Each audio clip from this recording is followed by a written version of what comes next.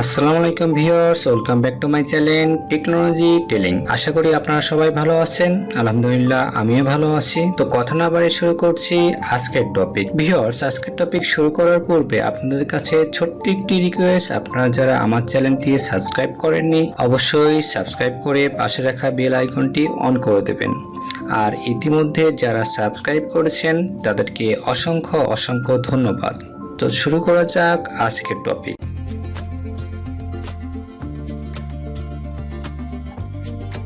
আজকের টপিক হচ্ছে cash memo. Cash memo বিষয়টা কি? মনে করেন আপনার একটি শোরুম আছে বা শপ আছে, সেই শোরুম বা আপনার দোকানের জন্য কি করেন, আপনি পণ্যগুলো ক্রয় করবেন। কোথা থেকে পণ্য ক্রয় করবেন?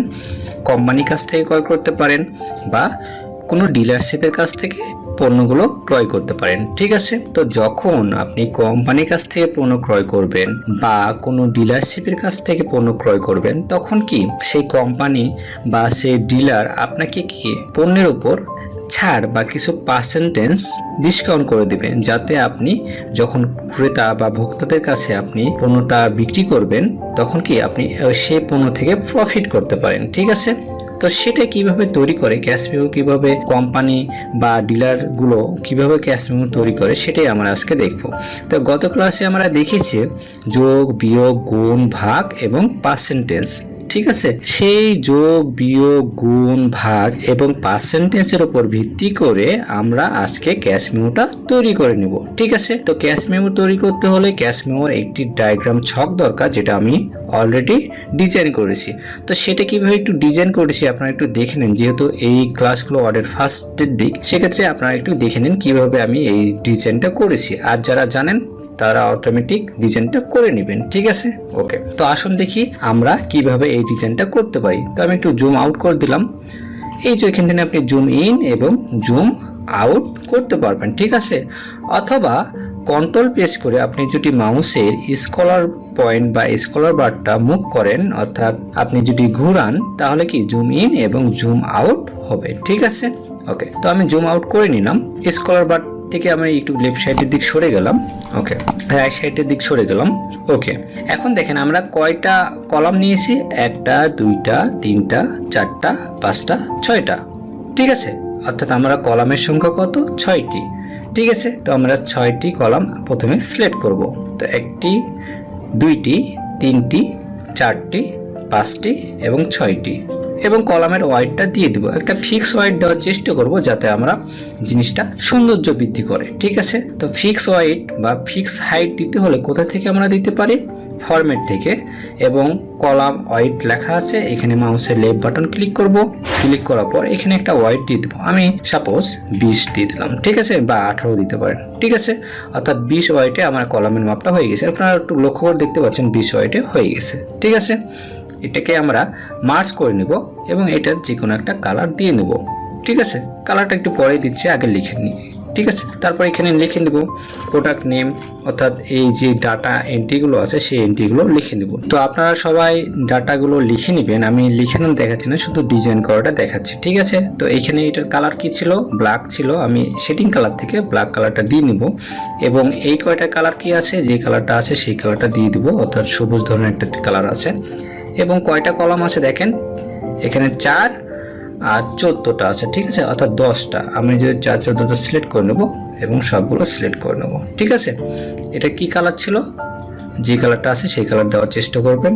আর এখানে 2টা বাকি রেখে গ্র্যান্ড টোটালের জন্য সিলেক্ট করব এবং যে কালারটা আছে সেই কালারটা দিয়ে দেবো। আপনি আপনার পছন্দ মাফিক কালারগুলো দিতে পারেন। ঠিক আছে, এবং পুরোটা সিলেক্ট করে আমরা কি করব, এই যে আছে বর্ডার, বর্ডার থেকে কি করব, আমরা অল বর্ডারের উপর ক্লিক করলে অল বর্ডারটা হয়ে যাবে। এখন আপনি আপনার ডাটা এন্ট্রিগুলো লিখে দিবেন। যেরকম এখানে কালারটা হোয়াইট আছে, ফন্ট কালারটা হোয়াইট আমরা দিয়ে দেবো যাতে আমরা বুঝতে পারি।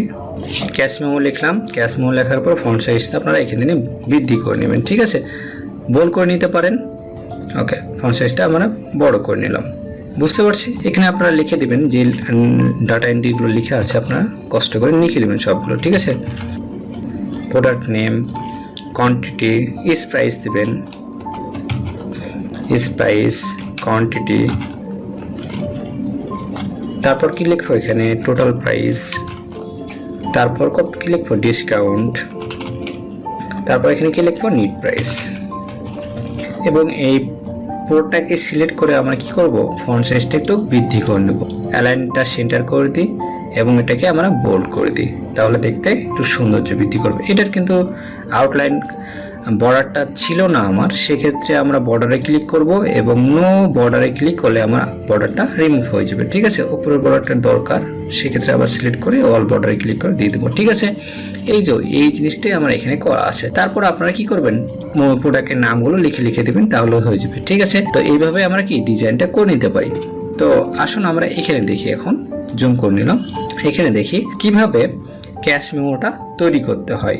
ঠিক আছে, তো আমি প্রোডাক্টের নাম লিখে দিয়েছি, monitor, keyboard, mouse, SSD, printer, sound box, pen drive, modem, RAM, ROM, motherboard, আমি সবগুলোরই নাম লিখে দিয়েছি। যেহেতু আমি একটা শোরুমের মালিক বা আমার একটা দোকানের মালিক, সেক্ষেত্রে আমি যখন কোম্পানির কাছ থেকে প্রোডাক্ট ক্রয় করব, তখন অবশ্যই একটা প্রোডাক্ট ক্রয় করব না, একের অধিক ক্রয় করব। অর্থাৎ একের অধিক যখনই আমরা ক্রয় করব, তখনই কি করবে, আমার কোম্পানি বা ডিলারটা আমাকে ডিসকাউন্ট দিবে। ঠিক আছে, যেটাকে আমরা বলি পাইকারি মূল্যে যখন আমরা কি ক্রয় করব, প্রায় পাইকারি মূল্যে ক্রয় করতে হলে একটা পণ্য ক্রয় করা যায় না, একের অধিক পণ্য ক্রয় করতে হয়। ঠিক আছে, সেক্ষেত্রে আমরা কি ডিসকাউন্টটা পেয়ে থাকি।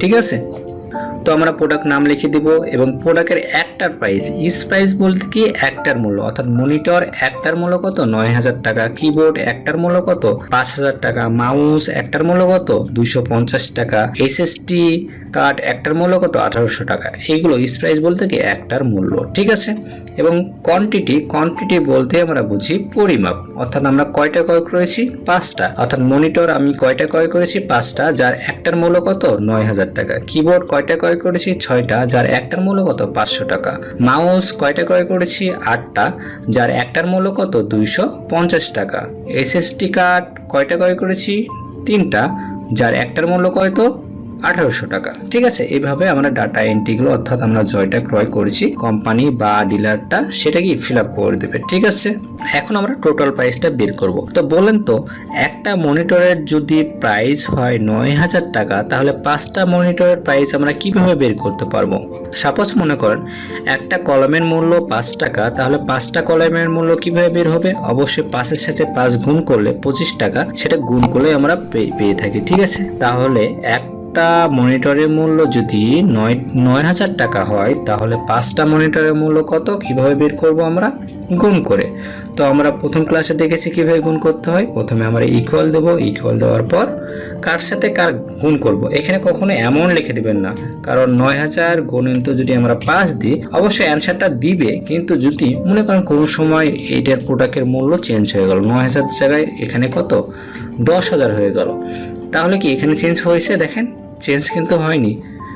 10,000 যদি হয়, 1,000 দিয়ে দিয়েছি, 10,000 যদি হয়, তাহলে কি হয়, এখানে কিন্তু 50,000 হওয়ার কথা, কিন্তু কত আছে, 45,000 আছে, কারণ আমরা অ্যামাউন্টটা দিয়েছি। কিন্তু যদি আমরা এখানে অ্যামাউন্ট না দিই, আমরা একটু আনডু করে নিলাম, আমরা যদি এখানে আপনার 9,000 টাকায় রেখে দিই, ওকে, আমরা যদি অ্যামাউন্ট না দিই, সেলের নাম দিই, অবশ্যই কন্ডিশন দেওয়ার ক্ষেত্রে সেলের নামই দিবেন। ঠিক আছে, কখনো অ্যামাউন্ট দিবেন না। তো দেখেন অ্যামাউন্ট দিলে কি ভুলটা হলো বুঝতে পারছেন। এখন দেখেন সেলের নাম যদি দিই, ইকুয়াল দিব, এই সেলের নাম দিব, এই সেলের নাম কত, E4, আপনি লিখেও দিতে পারেন E4, অথবা ওই সেলের উপর মাউসের লেফট বাটন ক্লিক করলে অটোমেটিক নিয়ে নেবে। তারপর গুণ চিহ্ন দেব, এই সেলের নাম কত, F4, আমি লিখেও দিতে পারি, বা এই সেলের উপর মাউসের লেফট বাটন ক্লিক করলে অটোমেটিক নিয়ে নেবে। দেখেন অটোমেটিক নিয়ে নিয়েছে। ঠিক আছে, F4 নিয়ে নিয়েছে। তারপর এন্টার বাটন প্রেস করব, দেখেন 45,000 টাকা হয়ে গেছে কিন্তু। ঠিক আছে, আমি একটু এই সাইডগুলো বোল্ড করে দিচ্ছি, কত হচ্ছে, 45,000 টাকা হয়ে গেছে। এখন যদি কোনো ক্রমে এটার প্রাইস, আমি 9,000 ছিল, এটার প্রাইস 10,000 লিখে দিলাম, তাহলে কিন্তু এটা অটোমেটিক চেঞ্জ হয়ে যাবে। দেখেন অটোমেটিক 50,000 হয়ে গেছে। ঠিক আছে, তো সেলের নাম দ্বারা গুণ করার ফল বুঝতে পারছেন আপনারা, অটোমেটিক চেঞ্জ হবে। যখনই আপনি অ্যামাউন্ট দেবেন তখন কিন্তু অটোমেটিক চেঞ্জ হবে না, যখনই আপনি সেলের নাম দ্বারা করবেন তখন অটোমেটিক চেঞ্জ হবে। তো অবশ্যই সেলের নাম দ্বারা আপনারা এটা গুণ করার চেষ্টা করবেন। ঠিক আছে, কখনো অ্যামাউন্ট দিবেন না, বুঝতে পারছি। তাহলে এটা আমরা গুণ করতে পারি, কিভাবে গুণ করব এটা দেখে নেন। প্রথমে ইকুয়াল দেব, ইকুয়াল দেওয়ার পর 500 সেলের নাম, আমি মাউসের লেফট বাটন এখানে ক্লিক করব, তারপর গুণ চিহ্ন দিব, তারপর এই যে কোয়ান্টিটি সেলের নাম, এই সেলের নাম কত,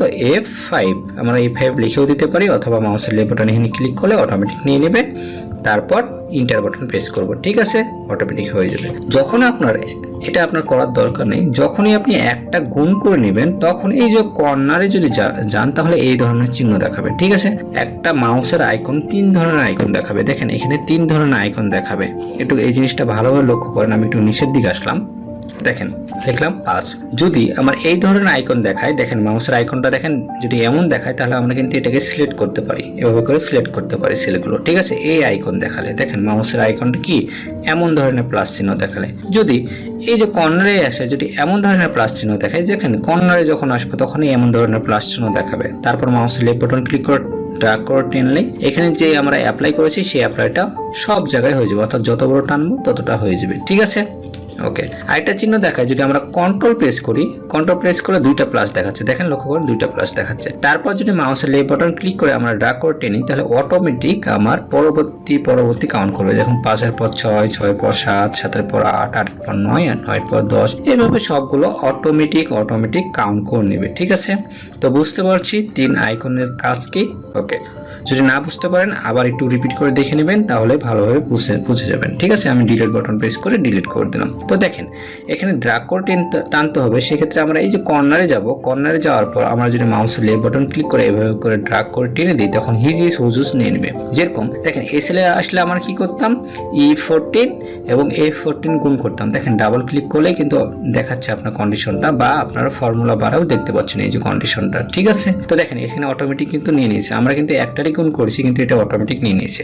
আমি ইন্টার বাটন প্রেস করলাম, দেখেন এখানে কার সাথে কার গুণ করতাম, F9 এর সাথে, অর্থাৎ E9 এর সাথে F9 গুণ করতাম, তাই না। দেখেন এখানে ডাবল ক্লিক করে দেখেন E9 এর সাথে F9 অটোমেটিক কিন্তু গুণ হয়ে গেছে, ঠিক আছে। তো আপনি যদি একটা করেন, দেখেন আমি আবার দেখাচ্ছি, এটা ডিলিট করে দিলাম। আমার এটা করেছি না, E4 এর সাথে F4 গুণ করেছি না, তারপর ইন্টারপ্রেস করব, একটা ফার্স্টে করব, তারপর এইটার উপর মাউসের লেফট বাটন ক্লিক করব, অর্থাৎ ওই সেলটাকে আমার সিলেক্ট থাকতে হবে, ঠিক আছে। তারপর কর্নারে আসবো, আসলে এই ধরনের চিহ্ন দেখাবে, তারপর মাউসের লেফট বাটন ক্লিক করে থাকবো, ছাড়বো না, ড্র্যাগ করে নিচের দিক টেনে দেবো, তাহলে হিজিস হুজুস নিয়ে নেবে অটোমেটিক, ঠিক আছে। যেরকম একটা মাদারবোর্ডের দাম যদি 8,000 টাকা হয় তাহলে 10টা মাদারবোর্ডের দাম কত, 80,000 টাকা, অটোমেটিক কিন্তু নিয়ে নিয়েছে, ঠিক আছে। এরপর আছে ডিসকাউন্টটা কিভাবে বের করবো বলেন তো। অবশ্যই আমরা পার্সেন্টেজের ডিসকাউন্ট হয় কি 10% ছাড় দেবো, বা 5% ছাড় দেবো, বা 8% ছাড় দেবো, এরকম পার্সেন্টেজ আমাকে ছাড় দিয়ে থাকে, ঠিক আছে। তো সাপোজ মনে করছি আমার যে প্রোডাক্ট কিনি না কেন তার উপর আমার 10% ছাড় দিবে, ঠিক আছে। তাহলে ছাড়টা বের করতে হলে কিভাবে বের করব, আমরা ফার্স্ট ক্লাসে দেখেছি কিভাবে পার্সেন্টেজ করতে হয়, ঠিক আছে। তো সেটাই করব এখন আমরা। প্রথমে আমরা কি দেব, ইকুয়াল দেব, ইকুয়াল দেওয়ার পর এই যে পার্সেন্টেজ কার উপর হয়, অবশ্যই টোটাল প্রাইজের উপর হয়, অর্থাৎ 50,000 টাকার পণ্য যদি আমি ক্রয় করি তার উপর আমার 5% অর্থাৎ 10% ছাড় দিবে, ঠিক আছে। তাহলে অবশ্যই টোটাল সেলের নাম দিতে হবে, টোটাল সেলের নাম কত, এখানে কখনো অ্যামাউন্ট দিবেন না, আমি ফার্স্টেই দেখলাম অ্যামাউন্ট দিলে কি ধরনের ভুলটা হতে পারে, সবসময় সেলের নাম দিবেন, ঠিক আছে। অটোমেটিক এক্সেল কাউন্ট করে নেবে, বুঝতে পারছি। তো এখানে G4 আমি লিখেও দিতে পারি, বা এটার উপর মাউসের লেফট বাটন ক্লিক করলে হয়ে যাবে, গণিত 10%। আমরা দুইভাবে করতে পারি, এক্সেলের ফার্স্ট ক্লাসটা আপনারা দেখে আসবেন, তাহলে দেখে নেবেন কিভাবে দুইভাবে আমরা পার্সেন্টেজটা করতে পারি, ঠিক আছে। ওকে, তো বুঝতে পারছেন, আমরা প্রথমে সেলের নাম দিলাম, তারপর গুণ চিহ্ন দিলাম, তারপর যত পার্সেন্ট, অবশ্যই আপনাকে বলে দিবে কি এত পার্সেন্ট বা এত পার্সেন্ট ডিসকাউন্ট করো, যত পার্সেন্ট, 10% যদি এখানে 5% হতো তাহলে 5%, এভাবে যত পার্সেন্ট হবে তত পার্সেন্ট আপনি লিখে দিবেন, ঠিক আছে। আমি সাপোজ মনে করলাম 10% ছাড় দেবে, ওকে। তারপর যদি আমরা ইন্টারপ্রেস করি তাহলে অটোমেটিক 10% হয়ে যাবে। দেখেন 5,000 টাকা, 50,000 টাকার উপর যদি 10% করি তাহলে কত হয়, 5,000 টাকা হয়, অটোমেটিক হয়ে গেছে। তো আমি প্রতিটা যদি না করতে চাই, আমি যদি ট্র্যাক করে টেনে দিই অটোমেটিক হয়ে যাবে কিন্তু, অথবা আপনি প্রতিটা করে দিতে পারবেন। এটাও যদি করতে চান প্রথমে ইকুয়াল নেবেন, তারপর টোটাল সেলের প্রাইজের নাম গণিত 10%, আবার ইন্টার, এভাবে আপনি ক্রমান্বয়ে করতে পারেন, অথবা এটার উপর মাউসের লেফট বাটন ক্লিক করবেন, তারপর কর্নারে এই ধরনের চিহ্ন প্লাস দেখাবে, তারপর মাউসের লেফট বাটন ক্লিক করে আমি ড্র্যাগ করে টানলেই কিন্তু আমার এটা অটোমেটিক হয়ে যাবে, ঠিক আছে। এভাবে আপনি কি করতে পারেন। এরপর হচ্ছে নিট প্রাইস, যদি আমি 50,000 টাকার পণ্য ক্রয় করি, তারপর যদি আমার 5% ছাড় দেয়, তাহলে অবশ্যই ছাড়টা কি হবে, আমার টোটাল প্রাইস থেকে বাদ যাবে। ঠিক আছে, আমি যদি কোম্পানির কাছ থেকে পণ্য ক্রয় করি 50,000 টাকার পণ্য, সে যদি আমাকে 10% ছাড় দেয়, 10% ছাড় দেওয়ার পর যদি 5,000 টাকা হয়, তাহলে অবশ্যই 10% যে ছাড়টা সেটা আমার টোটাল প্রাইস থেকে বাদ দিতে হবে। অর্থাৎ ছাড়টা কখনোই আমার কাছ থেকে নিবে না, ওটাই আমার প্রফিট আসবে। ঠিক আছে, তো ছাড়টা অবশ্যই বাদ দিতে হবে। তাহলে বাদ দিতে হলে অর্থাৎ বিয়োগ করতে হলে কি করতে হয়, প্রথমে আমরা ইকুয়াল দেব, কার সাথে কার বিয়োগ, এই যে টোটাল প্রাইসের থেকে ডিসকাউন্ট বিয়োগ। তাহলে টোটাল প্রাইসের সেলের নাম দিব, তারপর কি দিব, মাইনাস দিব, তারপর ডিসকাউন্ট প্রাইস সেলের নাম দিব, তারপর ইন্টার দিব। ঠিক আছে, বুঝতে পারছি। আবার একটু দেখে নিই, প্রথমে ইকুয়াল দেব, তারপর টোটাল প্রাইস সেলের নাম দিব, তারপর মাইনাস দিব, তারপর ডিসকাউন্ট সেলের নাম দেবো, তারপর ইন্টার দেবো। এভাবে আমি ক্রমান্বয়ে করে নেবো। তো আমি প্রথমেই বলেছি একটা করলে আপনার বারবার করার দরকার নাই। কর্নার থেকে এই ধরনের ডাক চিহ্ন আসবে, তারপর মাউসের লেফট বাটন ক্লিক করে নিচ দিক টান দিলেই অটোমেটিক হিজিস হুজুস নিয়ে নেবে। যেরকম 80,000 থেকে যদি 8,000 বাদ দিই কত, 72,000 অটোমেটিক কিন্তু নিয়ে নেবে। এক্সেলে এইটাই সুবিধা, আপনি যদি একটা ফর্মুলা অ্যাপ্লাই করেন প্রতিটা সেলে ফর্মুলাটা প্রয়োগ হয়ে যাবে এবং হিজিস হুজুস সেলে অটোমেটিক চেঞ্জ হয়ে যাবে। যেরকম এখানে আমরা কি করতাম দেখেন, এখানে আমরা কত লিখতাম, G14 মাইনাস H14। দেখেন এখানে ডাবল ক্লিক করে দেখেন G14 মাইনাস H14 অটোমেটিক কিন্তু হয়ে যাবে। ঠিক আছে, অর্থাৎ আপনারা ফার্স্টে যে সেলের নাম দিয়েছেন সেই সেলের নাম কিন্তু থাকবে না, যেটা যার সেলের নাম সেটা সেই সেলের নামে অটোমেটিক চেঞ্জ হয়ে যাবে। বুঝতে পারছি। তাহলে এইভাবে আমরা কি যোগ বিয়োগ গুণ ভাগ এবং পার্সেন্টেজ করতে পারি। এবং যদি আমার গ্র্যান্ড টোটাল বের করতে চাই, তাহলে এই গ্র্যান্ড টোটাল বের করতে হলে কিভাবে বের করতে হবে, এই যদি আমরা যোগটা নিই তাহলে কিভাবে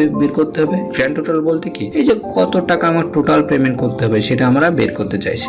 তাহলে আমরা কি দেবো, প্রথমে ইকুয়াল দেবো, ইকুয়াল দেওয়ার পর যোগ করতে হবে। যোগের নিয়ম দুইটা আমি দেখাইছি কিভাবে দুইটা যোগের নিয়ম। এক্সেলে ফার্স্ট ক্লাসটা যারা করে আসেনি অবশ্যই ফার্স্ট ক্লাসটা করে আসবেন, তাহলে যোগের যে দুইটা নিয়ম আছে পূর্ণাঙ্গ ব্যাখ্যা পেয়ে যাবেন।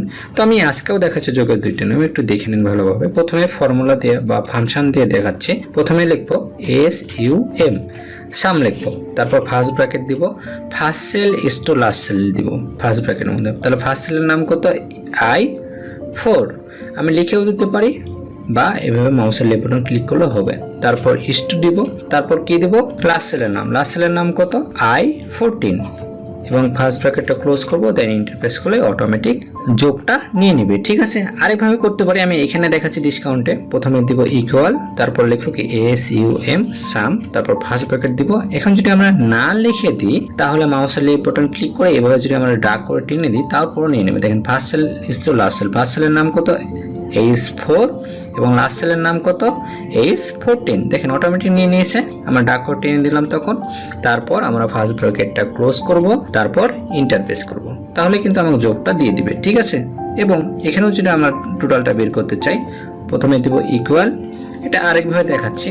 তো সেলের নাম দিব প্লাস, পরবর্তী সেলের নাম দিব প্লাস, তার পরবর্তী সেলের নাম দিব প্লাস, তার পরবর্তী সেলের নাম দেব প্লাস। অর্থাৎ পরবর্তী সেলের নামটা আমি লিখেও দিতে পারি বা মাউসের লেফট বাটন ক্লিক করলেই অটোমেটিক সেই সেলের নামটা কাউন্ট হয়ে যাবে। দেখেন কাউন্ট হয়ে গেছে। প্লাস আমি চাইছি এবার লিখে দেবো, তাহলে G9 প্লাস G11 প্লাস, পরবর্তী সেলের নাম দিই G12 plus, G13 plus, G14।